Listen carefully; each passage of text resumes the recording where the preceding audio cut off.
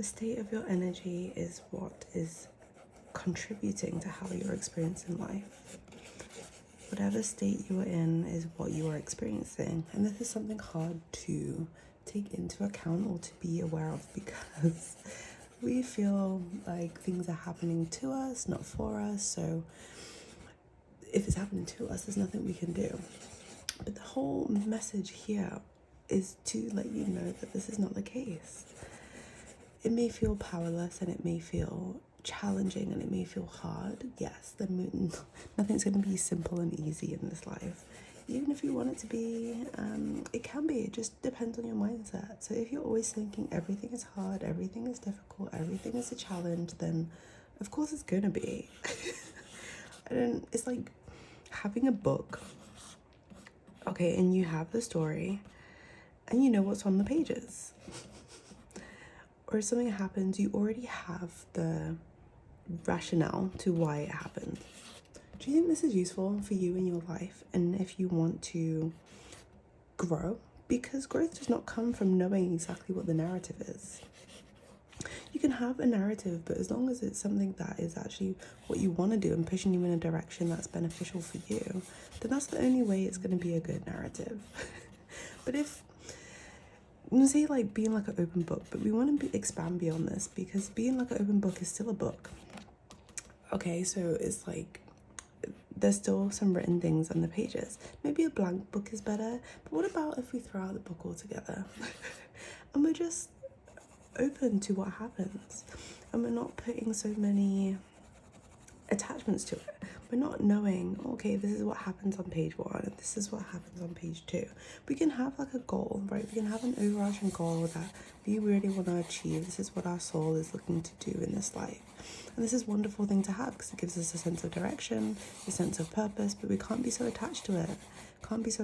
Because if we are, it makes it into this kind of playbook of things, how things have to go.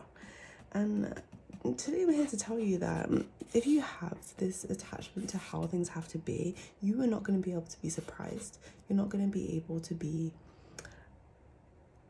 ignited by things that can come to fruition, because it can be so much bigger than what you can even dream of, anything that you can dream of.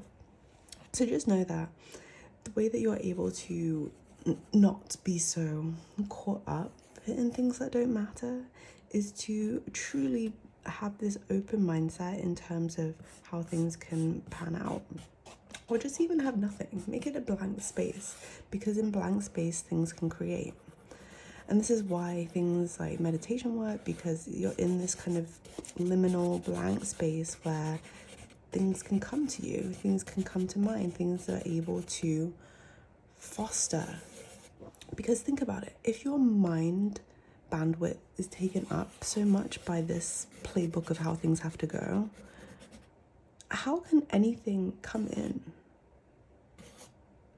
And this is part of the human condition, because we feel like we need to control everything, we need to have tabs on everything, we need to know how everything's gonna go in the book, the rule book, the playbook, whatever you want to call it. But to really expand and to really have a lot of intelligence to know that you don't know everything, unfortunately.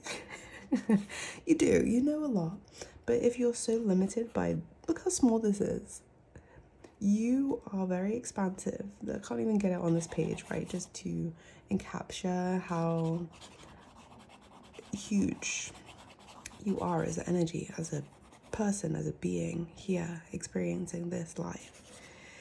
So if you're limiting yourself, you're actually closed off, and you're not allowing all these wonderful things and ideas to come to fruition, or to even be a thought on your radar. Because if we're so attached to this, we're not open up to this. So just know that it begins with you being able to release the reins. It's supposed to be reins. I don't know. I was going to try and draw a horse, but I can't draw a horse. Because if you're holding onto the horse and you're like pulling on the reins, you know exactly where it's going. You're like you've got the little whip. It's going in the direction that you're leading it, which is good. It's good to have some momentum. But because you're so focused on you're so focused on, I want to say manipulating, you're so focused on directing the horse. Manipulating, it's not in a negative way, but you're so focused on this. It's like the horse has its blinkers on and it's so focused on doing what you're telling it to do. So of course it's going to go this way.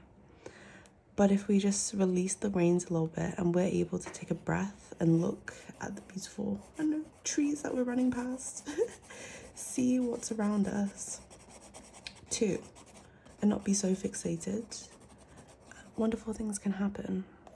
But we have to learn to release this tight grip. Because what comes from being tight? Nothing really. You can still create a lot. This is not true, okay? No, it's not nothing really. So many things can be created in this space. But it's only when you're able to kind of let go and let loose that things can flow to you. This is where you get more ideas. This is where you're able to see from a different viewpoint. Because if you're so tightly controlling everything, how is anything else going to find you? And it's not even anything else. It's just like other ways of doing what you want to do. But if you're so tightly on the reins, blinkers on, you can't expand. So stop and smell the roses, you know? There's a lot more out here than you can imagine, you can fathom, but you have to allow it to find you. And you do this in the blank spaces, such as being quiet, maybe just contemplation. You don't have to always be doing for things to happen, because the way you can open up more for you in what you maybe have in this playbook, but is beyond this, is just having these spaces where you're just able to reflect, to refract, experience. So much is here for you. You have to allow it.